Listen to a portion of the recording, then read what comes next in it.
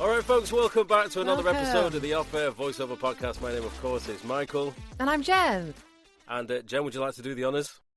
Welcome to the Off-Air Voiceover podcast.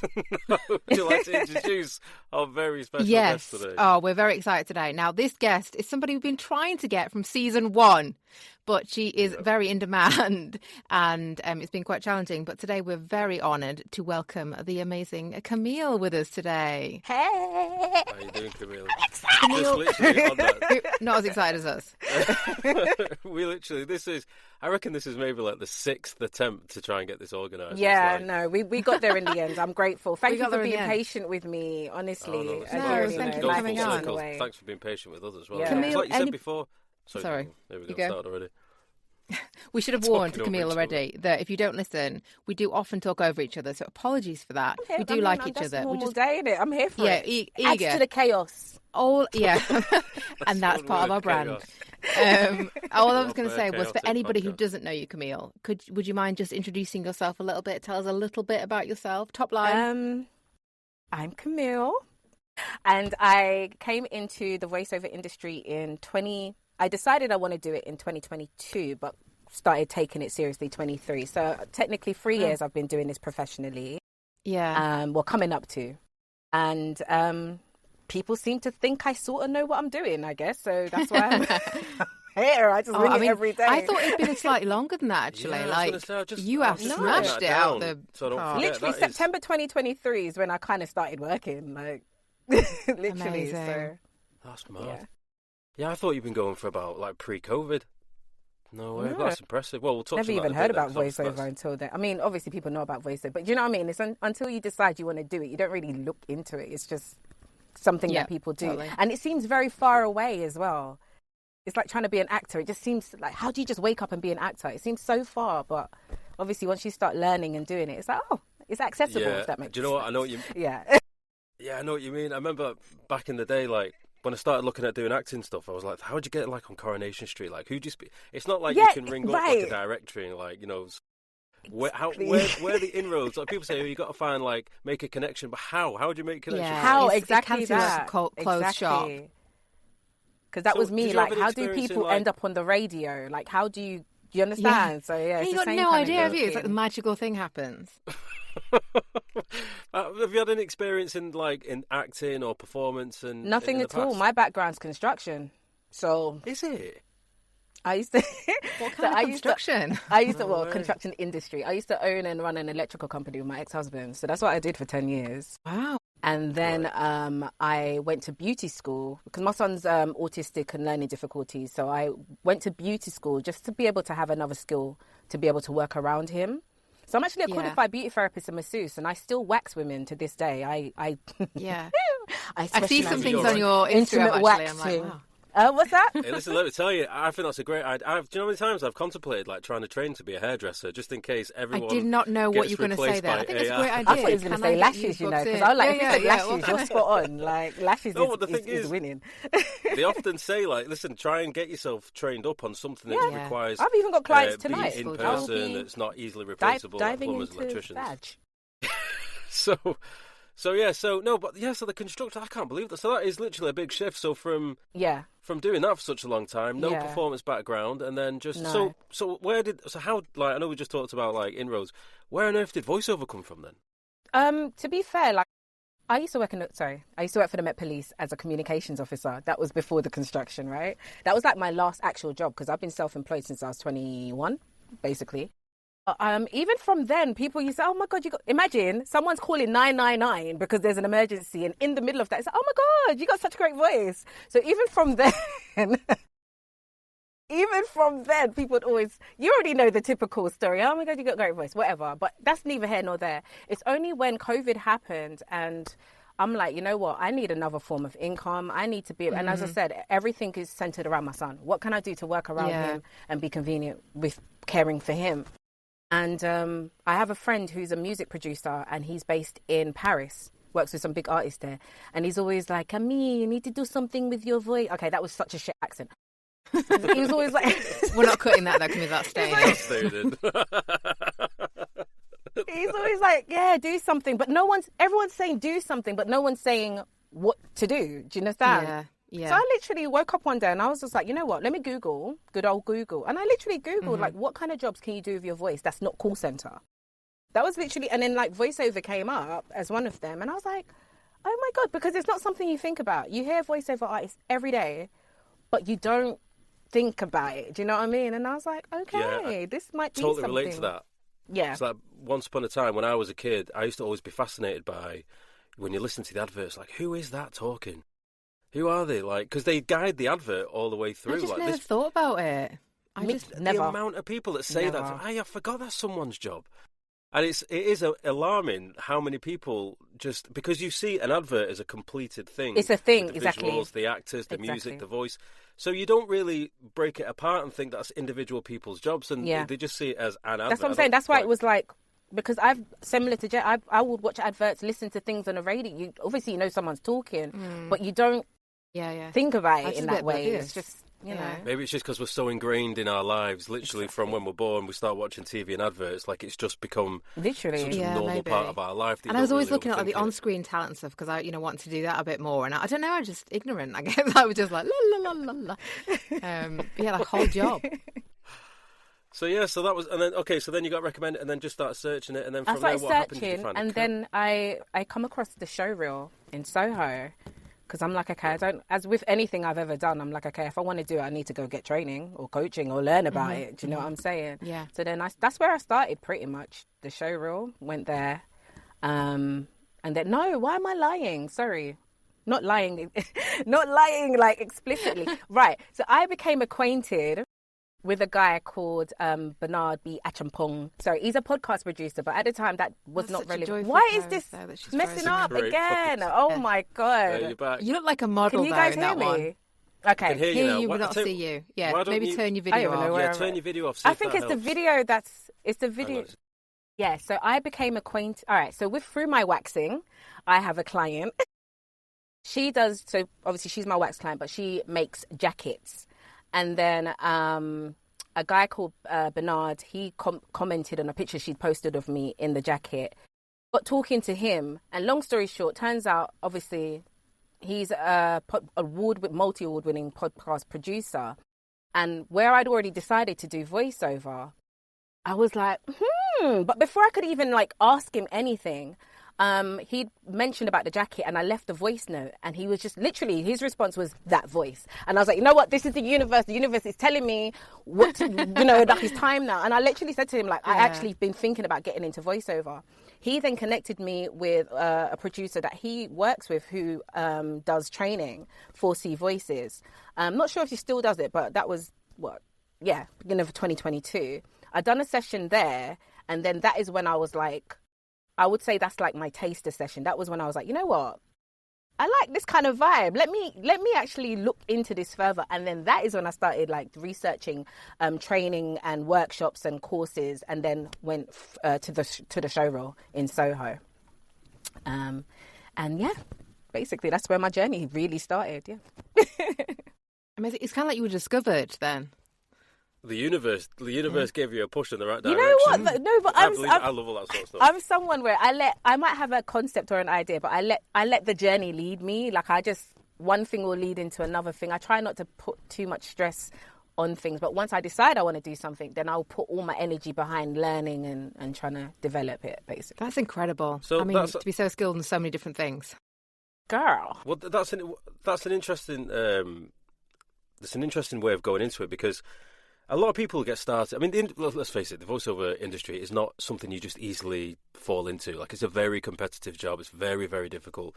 And a lot of people do sometimes struggle to get moving in terms of making some consistent work connections. I think it's staying in it. I think that's the harder thing. Staying in it. Now, obviously, you said, 2023, really, when you started going, and that's been relatively short space of time. You've had some award nominations. Yeah. You're posting all the time. What is there anything you would not? Obviously, we can't talk about other people and their own journey, but is there anything you would say that you've maybe done that's you would say would a credit to how you've been able to get moving so quickly? Is there a work ethic? Was there? Honest, I think I just fell in. When people say right place, right time. I think I came.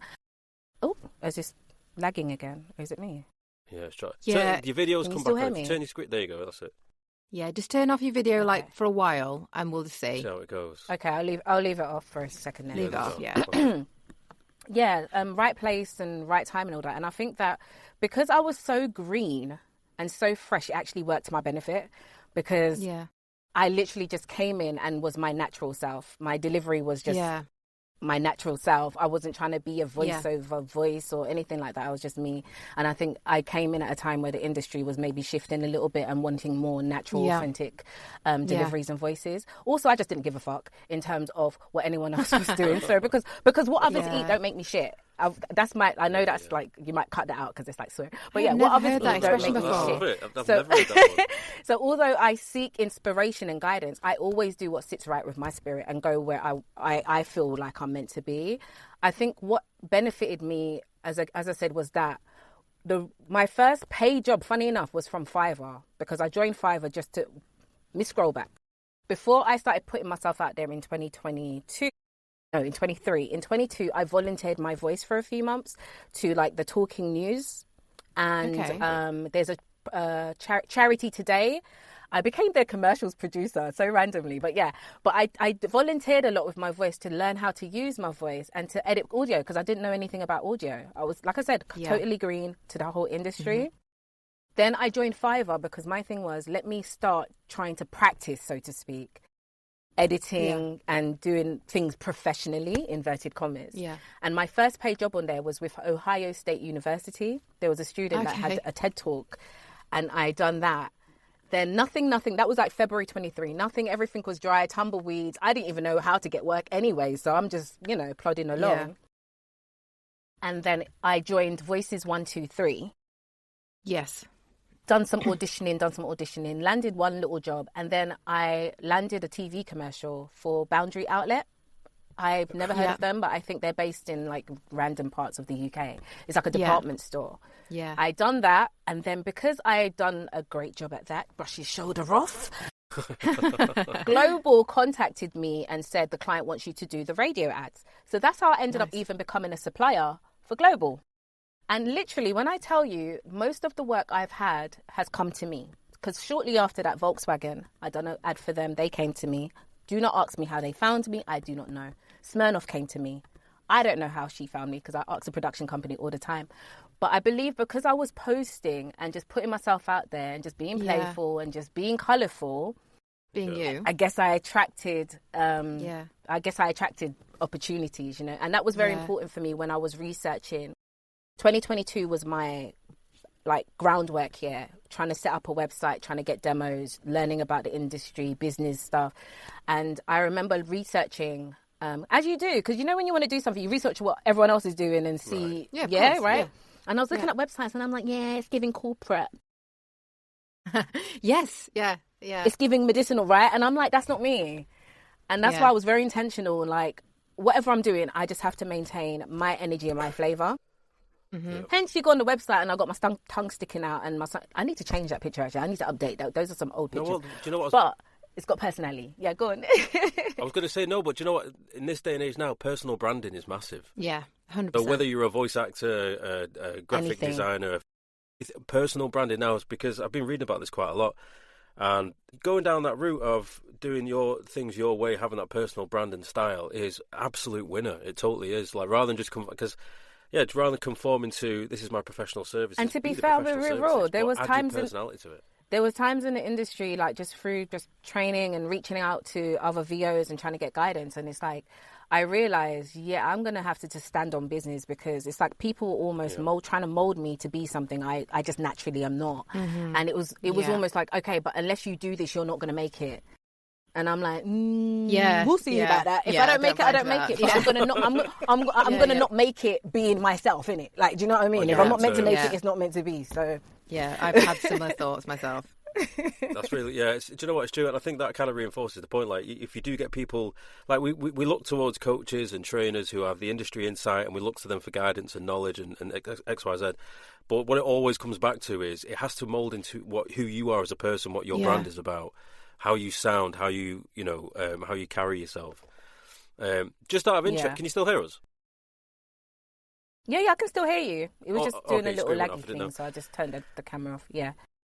When you said before about the Smirnoff and the Volkswagen, they just reached out to you. How did they do that? Was it through a website or like social media? So through my website. Funny enough, those two, and then I've had other companies reach out to me on Instagram. But most of my work has actually come to me through LinkedIn. Has it? Yeah, a lot of the production companies I work with, they've messaged me through LinkedIn. So, no. And bearing in mind, like when I tell you, I've had do social media strategy on my to-do list since 2023. Ugh. And I am not consistent. I post and ghost. You know what I mean? I said, I do know what you whatever I'm pushing out there obviously is attracting somebody. So yeah. But that's what it is. Like I posted. I mean, obviously, whenever you've got a decent piece of work that you want to showcase, inevitably you put it on the socials. It's not bragging rights. It's like, this is what I do for a job. Have a listen. It might suit your next project. But it's the same thing, post and ghost. I love that. That's what I do. I'll post on LinkedIn. And I think, I'll try and like keep it up and post it like, right, see you in a month. Yeah, see you in a month. Right, and then when you read things, it's like, yeah, but you're meant to engage in other people's posts and, make up new connections. And I'm like, And that's the thing, I think throughout my whole journey here, I haven't tried to force things too much. It's not to say that I don't get things done. I clearly do, but I don't try to do this every day at 9:00. I'm going to sit there and that's going to be my social media hour. Like that's never worked for me. So I'm just as it comes up, I get it done. Do you know what I mean? Kind of thing. Yeah, how often do you actually post on LinkedIn, roughly? I mean, I posted there this morning. Once a week. Might not hear from me again for another week. So it really just depends. Hello, welcome back to the Off-Air Vodka. There was a whole heap of flight here today. The Off-Air Vodka podcast. I wish it was a vodka podcast. Say that. Do you get Smirnoff sent to you? I've always wanted that. Somebody like a brand I work with to send me shit. No, I got. Do you drink? I had Arsenal tickets. No, I don't drink alcohol. Arsenal ticket. But I've had Arsenal tickets, MJ and the Musical tickets, free chicken, Popeyes. Oh my God, you see, you must be a nicer person than me because I don't get sent this stuff. But I don't ask. I don't ask. I think it's rude to ask, but they offer. Well, I would just say it was really refreshing actually to hear that you don't have like at 5 a.m. I'm up and I'm roasting chickens and then whatever. Like I don't know why I'm roasting chickens, but that you have like a super strict schedule because sometimes it feels like if I'm not doing that, then I'm failing. So I think hearing your slightly more adaptable approach is really nice. I mean, people do things that work for them. With the fact that I'm a carer to my son, there's days I have to drop everything and go to the school. Do you know what I mean? Yeah. I still wax, like I said, and I do other things. So it's like it has to be fluid enough for me to be able to maneuver without feeling overwhelmed all the time. Yeah. But I think just quickly going back to that LinkedIn thing. Before you dropped off, what I was about to ask you was, roughly how often would you say you post? Is it like once a week, once a month? If I had to average it out, it would probably be about once a week, which is crap if you look at industry standards of what you should be doing to be consistent. But exactly that. But if you're getting the results, it reaches the target it needs to reach, innit? So it's amazing. Michael and I'm not sure if this is on the podcast or not, but Michael and I are saying when we do post, you get about 13 likes, and it's all the voiceover artists, and it kind of speaks the point a little bit. I was just saying to Jen before, on my LinkedIn thing, there's it says, in fact, let me just check now actually, just because I don't know who most of these people are. It's just all the time. So followers, this is why I get miffed off with LinkedIn, right? Listen to this, right? Profile. I have 3,731 followers. And I have 3,535 actual connections. And yet when I post something on LinkedIn, I'm lucky if I get 25 impressions. So what is the point in having all these followers? I think when it comes to you see influencers have got thousands and hundreds of thousands of followers, but there's no engagement. There's no, do you know what I mean? And so it's like quality over quantity at the end of the day. What's frustrating with it is you have they encourage other people to follow you and all this sort of stuff. So then when you post something, they don't send it to any of them. Yeah, no, I don't. I tell people don't follow me because I don't follow back. I only follow people that I'm being serious. No, good on you, because I'm just saying I feel guilty that I want to see on my accepting. timeline, or there's some you know what I mean? There's going to be some value that you're going to add. I'm not just following just to follow. I mean, you do in some respects, but not on my LinkedIn. Do you feel bad though? Yeah. If people add you on LinkedIn or follow you and you don't or you don't accept, I feel bad. I don't feel bad at all. Good on you. I just need a bit more of that. You have to cultivate your circle, so to speak. Same way I look at it the same way I do in life. I only want people around me that I want everyone around me, and that Yeah, like in the nicest possible way. It's not going to be overly beneficial if all your followers are voice actors. Exactly. Like, it's not by force. Yeah, unless you lot are coming to pay me, then boy, relax, sit down. Do you know what I mean? Like, okay. Make way. Well, no, I did about a year ago. I started to do a bit of a cull. And I think Catherine Vinclair did it as well, even longer, about 2 years ago. I remember her. Off her. She's like, don't be offended if I'm not anything, but I need to make sure my people... Don't blame That's actually a great idea. So I did the same thing. Yeah. And it's, obviously it's true, isn't it? Like, obviously it's great having... The voiceover community is great, so you want to be part of it. Well, yeah, but I Instagram, think you need to split the ratio of like more people are the producers, the bookers, and it's like if you want to get into gaming, for example, naturally you're going to follow voiceover artists that are doing well in that. You're going to want to learn from them. So things like it's intentional. At the end of the day, it's about intention and not just let me get my numbers up. Like, why are you here? Yeah. Just send that in a DM. Why are you here? Listen, talk about DMs. I'd be sending. I'm surprised I get away with what I get away with. Like, I'll be hitting up like people from the BBC. Oi, asavaloy. Like, that's how I literally start my messages. Like, but that's you, and that's you, isn't it? Yeah, like, exactly. You're being unapologetically you, and that's 100%. But I see. I think since I've come on, I've seen some people trying to, I guess, maybe do more like personality. And my thing is, you can't be someone else, innit? If you're not naturally a bubbly, animated person, it's so cringe seeing you trying to be that when you're not that. You got to tap into your uniqueness and then see how that can sell to people. Yeah, because it goes true. Like, You'll never please everybody, and it goes in so many different ways. Sometimes people might not like the fact that we are a little bit raw and unfiltered on here. We just say what we think. Some people think it's unprofessional. We don't care. Like, we're not being unprofessional. We're just being human beings talking organically, like you should do in life. We don't. If you filter everything out, then I don't think you're being genuine. On the flip side. You can have the opposite could be true. People don't like when people are overly professional and they are, and it feels like you. So it doesn't really matter where on the scale you fall. You will always have your people that gravitate towards it. You'll have your people that go away from it. And that's why you have to genuinely just be yourself, because who is for you and what is for you, it will come. Do you know what I mean? And it will be there. And of course, you have to be adaptable. I think, especially in this industry, you have to be adaptable, versatile, eager to learn, wanting to learn, and, improve. But I think that applies to life in general, anyway. Yeah. So I've had to listen. I learned in 2023 that I don't speak English. I don't know what I was speaking, but it weren't English because I've been mispronouncing words my entire life. But maybe it's because I'm from Jamaica, so a lot of my pronunciations and words was more American. Me not understanding, like, schedule. I went through college, school, uni. No one ever told me it's not schedule, it's schedule.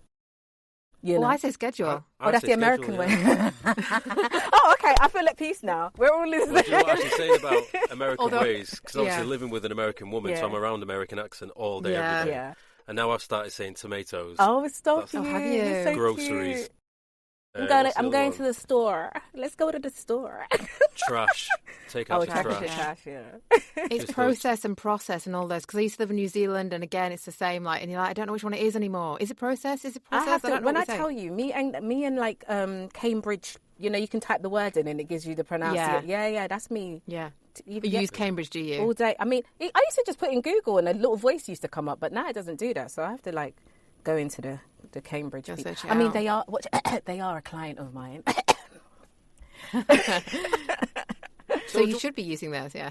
Speaking of like thinking about like work and client stuff, so what's like, I don't know, have you got like a bit of a career roadmap, like in terms of what you'd like to voice in specifically? Like, have you got an ideal thing? Is it commercials? Is it getting into gaming, etc., etc.? Like, what's your thought process? Babe, I'll be real. Like, I've landed just where I've landed, and I think, like I said earlier, I let the journey lead me. So recently, someone reached out to me about doing an audiobook, and I was like, I haven't really thought about it, but cool. And now I'm reaching out to people trying to find out who is a great coach.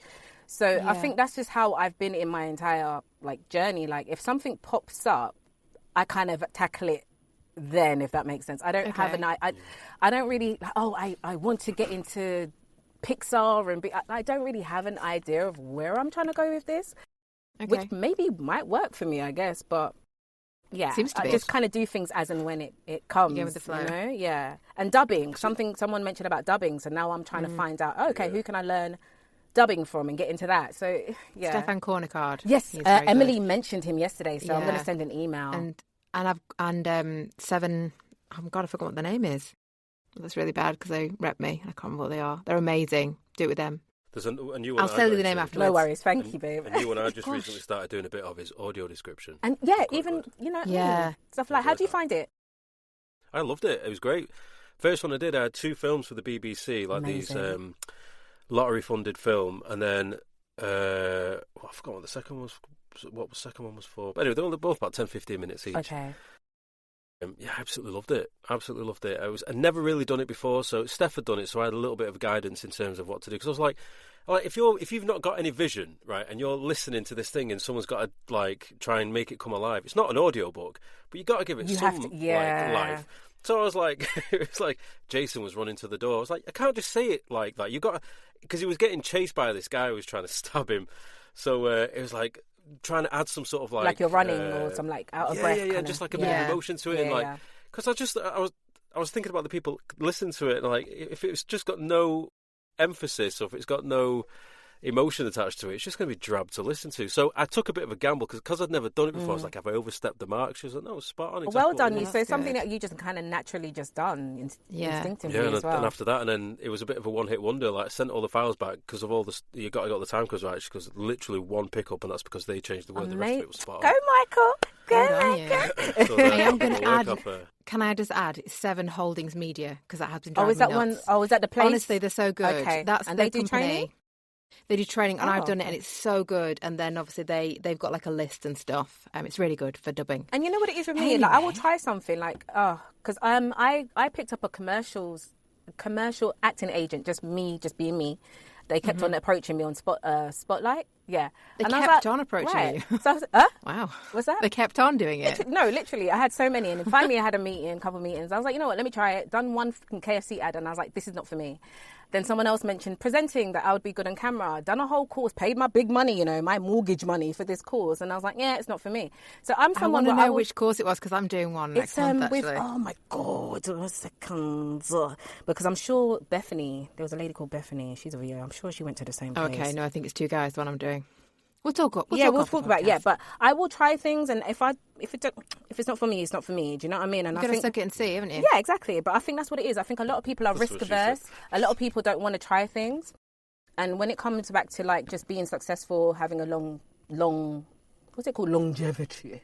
Well, look at me using big words, longevity, in this industry. You've got to be willing to branch out, learn new skills, keep... Especially nowadays. Exactly. Yeah. Keep working on your craft and developing yourself. Yeah, we say that all the time. Like, totally. I think the art of storytelling is like if it's maybe not one of your strong points, I think the art of storytelling is never more crucial to get like on top of because obviously AI is always going to be floating around, but as a lot of people are now realising, companies-wise, I mean, can't really tell a story very well and not very convincingly. It can maybe give you tell you the weather and some other sort of relatively bland information, but when it comes to anything with nuance and emotion, more and more companies are quickly realising, it's cheap, but actually it's pretty flat. Yeah, it's not it. Yeah. So one thing I wanted to ask you as well was you took a trip to LA for the SOVAS. I know. Did you go by yourself as well? No, please. Look, I wasn't even trying to go, Michael, because I was like, I just came back from somewhere and I'm paying off because I'm going home, Jamaica, this year as well. So, the finances, I was like, I need to just chill. But then the nomination happened and my mother, because she just any excuse to get on a flight. And she was like, we're going. And I was like, with what money? Are you paying? Kind of thing. But what she kind of said to me, she's like, Cam, like, it's not every day a girl from St. Mary, that's where I'm from, Parish in Jamaica, lands in Hollywood. Like, you've legit got a nomination in Hollywood. And I was like, It's so cool. True story. Credit cards are for, that's what credit cards are for, isn't it? But I made it work. And I thought, mum will just do the grandmother thing and just, stay back, look after the grandson. No, she's coming. So therefore, because she came, I had to bring the son. So everybody came, basically. We just, all up in Hollywood. It's so cool, though. The memories you're making for your son are just incredible. He's living his best broke life. I love that for him. I want to be like him when I grow up. So what was it? What was the actual experience like? It was you know what? Being there, it was surreal because it's like, whoa, like I'm actually like, oh my God, sorry. And my mum, everyone that would listen on the plane, in the track, like she was just telling everyone, oh, my daughter's been nominated, follow her page. But no, it was really nice being there. The actual event itself, so the SOVAS or SOVAS, however you, the Voice Arts Award. I don't know. I was going to ask you. How we have this conversation all the time. I barely speak English, remember? And there's me calling it the SOVAS, but technically it's a Voice Arts Award. It's just that the Society of Voice Arts and Sciences, but it's called a Voice Arts Award, a VAA. But anyway, being there, I didn't feel like there was no imposter syndrome. I didn't feel like, because, you know, I feel like I'm a celebrity anyway, you know, so day to day. I was just like, hello, I'm where I need to be, you know, hi guys. But it was so massive, and just seeing everyone, all of this talent from all over the world, you know, it was nice to be in the room. I did feel a bit overwhelmed at times because I'm someone where I can be the life of the party for a good hour. After that, my social battery is like, you're like, I'm over it. Like, I am out here. Yeah, I'm over it. So being there, like, I was there for 8 hours, and I left early, by the way. 8? Imagine 8. 8. That was the award. That was the so they had like a mixer thing where people could take pictures and whatnot. Then they have obviously the sit down meal, speeches and all that, and then obviously the awards. But the awards is really, the actual awards bit is really long. Bearing in mind, a lot of them they don't even announce live, so it really drags. It was nice being. Is it a bit boring that bit? Is it a bit boring that bit? Jen, you're gonna learn about me. I make my own fun, you know, Jen. Yeah. Okay.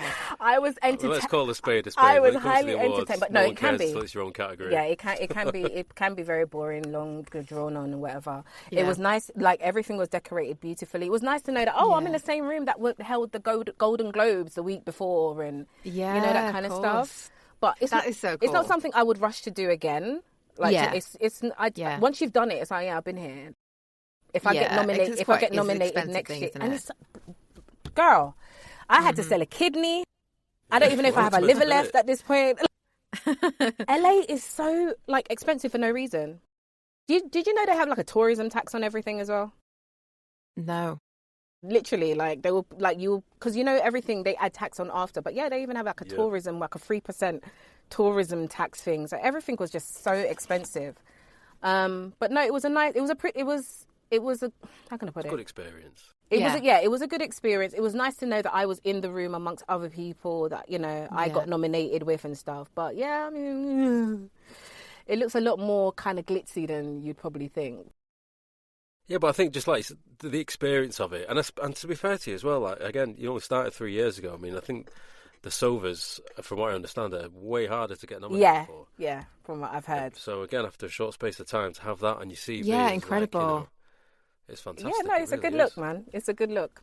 And then recently, technically, like Radio Times as well, got nominated with them, but that was with audio drama, so it was part of a cast. But even that. So that's so cool, though. I remember seeing that as well on your Insta. So is that something you want to do more of? Audio drama? I would, you know. But like I said to you guys, I'm not. I know I sound so like blah blah, but it's just that I don't really have an idea of where I'm trying to go with it. So I just kind of welcome things as they come. But I think that's a good way quite of doing nice. It. Yeah, because sometimes when you really want things, it can be quite frustrating when you feel like you're not moving or where you are where you should be. Don't you? Yeah, I put huge amounts on myself. So I think it sounds a lot more freeing and a lot more joyful, I suppose. And I think because I have like my beauty therapist background as well. Even when things are a bit quiet, I don't panic. I'm just like, I'll just wax more vagina. Do you know what I mean? Like, you know, that's it. If all else fails, wax the vagina. Bring on the vagina. If in doubt, get it out. Yeah. It's a new business model. My God. No, I think it's fantastic. So. You got One Voice coming up, haven't you? One Voice as well. Again, LinkedIn. They contacted me through LinkedIn because I didn't realise that you have to submit proposals and stuff to do a talk. Loads of people they were came to me, weren't they? So another thing. I gotta say, I reckon, like, I think it doesn't. Considering how I think your personality really shines, and obviously I like how with your branding, the way you speak, and sort of like very self-confident and all that sort of stuff. kind of doesn't surprise me that you are getting people gravitating towards it. And I think that says a lot. We want to hang out with you. That's why. Yeah, I think it says a lot about showing up and just being your true, authentic self. And the thing is, I think you don't have to be. Some people might not be as outspoken and bubbly and confident as yourself. Some people might be a bit less, but they can still continue to show up in the same sort of way. 100%. Present themselves and get the same results. Yeah. This isn't. I don't know how I can phrase it. I don't think it's just because of your personality type. I think it's everything combined. I think it is your personality, showing up and being true. And you actually have to have talent. That helps. You know what I mean? 100%. And I think you can't undersell that. And I think maybe you do a little bit.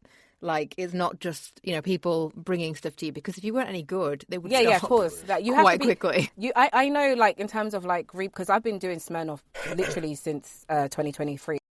I unfortunately don't get to get copies of most of what I do, but I've literally been, like, I know it's so... Honestly, my best work, I can't get access to. Like, I've done something for MasterCard and I'm like, this is amazing, but can I get it? No. Yeah, I did something for Lego. I did 3 films for Lego. What? And back last year I did 3, not films, like 3 animations for them, like explainer videos. They go, it's internal, but we might put them online because they're fun.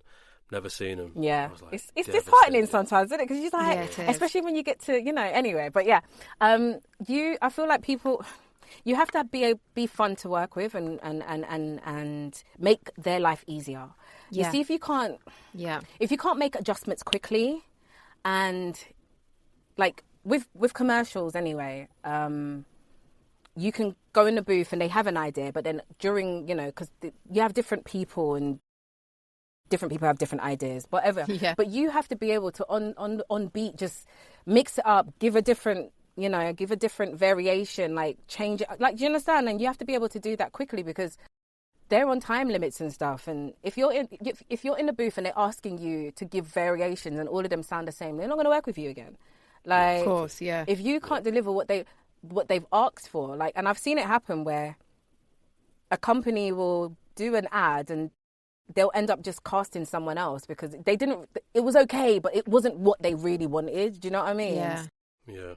You gotta definitely have the talent and keep nurturing it and learn from that as well, Yeah. And I think as well, like to tie that together with at the beginning, you said you spent about a year just doing the research, doing some learning. All that is hyper relevant, and I was kind of going to mention that earlier on about your start. I think the reason, if you've done the groundwork and the foundations, then the bookings will come after it because you've given yourself a fighting chance of getting it right. Yeah. But I do know of some people who just buy a microphone without really getting any coaching, and you see it online quite a lot actually on the Facebook groups, newbies. How do I get voiceover jobs? It's like already, if that's how you start, then you're not. Yeah, you're missing a lot of stages. I was going to really annoy at the voiceover. I get messages all the time. Like, you can imagine TikTok, LinkedIn, whatever. People see what you do and they think, oh, that looks glamorous. That looks. Yeah. I could do that. You just read and talk. No. And when I'm telling them, like, okay, cool, and they're like, oh, what mic did you buy? And I'm like, babe, we haven't even reached mic yet. Like, we haven't reached there yet. Sit down. Like, relax, chill. Because there's a lot of groundwork that goes in. You have to learn, train, like, be, you know what I mean? Like, do you even have somewhere to record? You want to be. I think that's it. Sometimes there are some people that jump into it who, they just take it for granted a little bit. Oh, be easy, I'll just talk into a mic, and it's such an what's the word I'm looking for? It's such a under-respected. Is that even the word? Listen, they disrespect the thing. As a craft, to be able to actually deliver a script, it isn't just reading a commercial script and just it sounds like it's good enough to be on TV. There's a knack to be able to doing it, and it's something that takes a bit of time. Some people are everything around that though. They can do it easily. It's all the tech stuff, and I just think and the way you hold yourself and how you act. How are you going to be in a directed session when you got the production company in Germany, the big exec in New York, the English execs here, and you got 6 people talking to you or listening to you? You have to deliver this thing, and you have to deliver it in a million different ways, and give another 10 million variations so that they have everything they need and feel comfortable and confident doing that. Like, there's much more to it, and obviously a lot of things you train on the job, and it happens over time. But if you're not giving yourself a fighting chance and you're trying to skip steps and rush, then you're not. Yeah, cool, you might land a little job here and there, but the real juicy, meaty, higher end stuff that you might want to do. Are you going to be that? No, probably not. Do you know what I mean? So yeah, I think sorry, I do think a lot of it is though. Well, I don't think it's. Well, I hope it's not done in like maliciousness. I think it's like ignorance, isn't it? Like you just don't know what you don't know. Like when you first we're starting out, you're like, well, I don't even know anything. Naivety. I think it's naivety. Yeah. And that's what I'm saying. It's always the same types of people that I tend to see in the Facebook groups all have the same issue. I'm not finding any work. I'm not booking any work. And then if you look at some of their previous posts, it is largely the same thing. They've done no training, no coaching, no acoustics. And no, but they ask for advice. Bought a microphone. They ask for advice and they get the advice, but they don't want to. They want to they want to rush it. Those are the people I'm referring to. Yeah. Because I've literally, when I tell you guys, I've given everyone like certain people my ingredients because I'm like I can give you the ingredients to the recipe, but you still have to cook it, right? You still have to cook for yourself, and I've laid it all out, but yet. You haven't done none of that. You're just trying to... You understand what I mean? And I'm like, okay, do your thing. Do your thing. Clearly, if it works for you. I get messages sometimes, not very often, but sometimes I get messages of people like sort of asking the question, how do you get started? And there's a couple of times where I have actually sent like a lengthy email. Yeah. And sort of said, do this. Because I've seen that they have tried to do certain they've done things. something. Budget is super tight. So they're limited to capabilities. But there's a general willingness to learn. Whereas the other ones... I've come across who it's unless essentially just going to give them all the answers. Where do I get work? Can you get me some work? Can you put me in touch with your agent? Can you do? And it's like it's almost as if you cannot. Voiceover is not something you deliver in a box at Christmas when you just unpack it and everything's there to make a business out of it. Do you know what I mean? Even that when I'm explaining to people, like I said, 99.5% of my work is via me, not an agent. Yeah, and they're like, what? Yeah, and I'm like, but you're. You don't want to learn. Let me just save my breath, you know? So with that in mind then, so going towards One Voice, this talk that you're doing, is that what's it all sort of centered around? So when they came to me and I was like, oh my God, I was panicking because I avoid public speaking. Like even for me to do this is me stepping out my comfort zone. I'll be real. Oh, Camille, you're a natural. So when they come to me and I was like, oh, and I seeked guidance and I was like, should I do it? And everyone's like, yeah, do it. And I was like, you know what? Let me step out my own like way and just try new things and whatever. And I said to them like, what should I speak on? So they were like, it was more so Emma Wing that I was in correspondence with, and she said like, you seem to be doing really well with commercials, so center it around that. Maybe how you got into it, what you wish you knew, just, you know what I mean? Like things like that, how to help people get into the industry and obviously maintain some level of like constant work coming in and stuff. So so she kind of gave me the guidance to do it on commercials, but then the freedom was mine to kind of do it however I want to do it basically. So are you doing it online? Yes, I was asked to do the in-person one, but they moved it from London to Stratford-upon-Haven, so that was going to be like logistically just not going to work. So I've just opted to do the online talk. Okay, I look forward to it. Oh my God, go away, Jen. Okay, I'll watch it on backup then. Like, I'll watch it after the fact. My saving grace is that I think from what they've said, I can't see who's watching. So so that will help me to just kind of focus. For me, that makes it harder. Do you think? Because I want to, like, I'm so used to talking to people in person, which I know is ridiculous because I'm a voiceover artist, but it's like reading the body language and stuff, and it's helpful, like when I'm doing presentations anyway. Yeah, no, you just practice and you'll smash it, no doubt. I'm not, I think... The way you said that was brilliant. No, Helen B, she'd commented on my post and she's like, oh, you could do practice and stuff. And I said, I'm just going to go raw in it. Because I feel like if I practice too much, it just, I'm going to overthink it. It's the same with scripts. When I get scripts, I probably just read through just to make sure I know how to pronounce everything. But I don't practice them because I feel like you just take away from the organic... The organicness I know what you mean. I think especially sense. With commercial, I think it's silly to really like to overdo it because often you get into a session and they're like, oh, actually we've decided to change it, and you're now like a gremlin from Planet Zog, and no one else. But I'm as in the name of in the words of Shakespeare, I am shooketh. But but I shall push through to the core. Gosh. That's so cool. That's really nice. I love it. It's great. Like, so literally from 2020, well, starting 2022, 2023 you got going. Yeah. And then from there, your visibilities, I think your branding and visibility has been a big part of obviously your ability to do the work, and you've learned quickly and you've adapted. But I think a big part of it, obviously, is your visibility online. Showing up.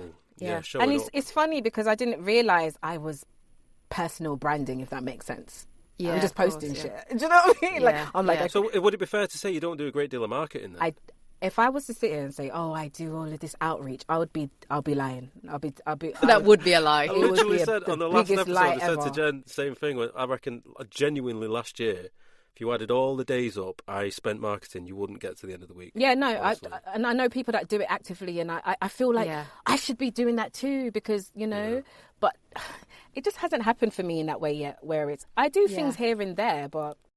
Do you know what it is for me? Yeah. Like, I probably, I haven't said this to you, but to listeners, this might be me repeating myself. But the way I see it is that in this modern day now, where we have our phones all the time, we're on social media, and you can like something, you can comment or whatever, you can DM someone. There's almost like an instant feedback. So if you do something, you get some kind of acknowledgement. People have seen it, and sometimes the right people that have seen it don't comment, and you won't know that. But it's out there in the world. With an email, there's so often times it can go into a spam filter. It can go into the abyss and no one's seen it.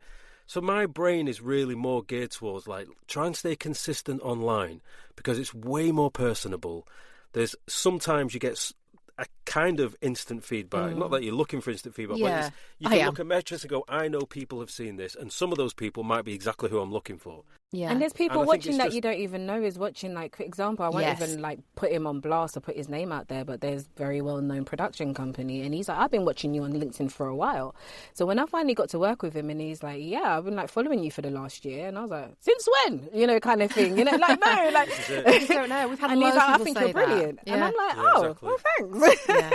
And I do and know it is we had, such an encouragement to do that. Like we had when we were chatting to Chris, he was saying that he gets emails all the time from people Chris looking to work with him. Okay. And no, Chris from Audio Drama Chris. Sorry, yeah. He was saying that when he gets emails all the time from voice actors looking to work with him, and he doesn't have time to respond to them, obviously, like not to all of them, because he gets a lot.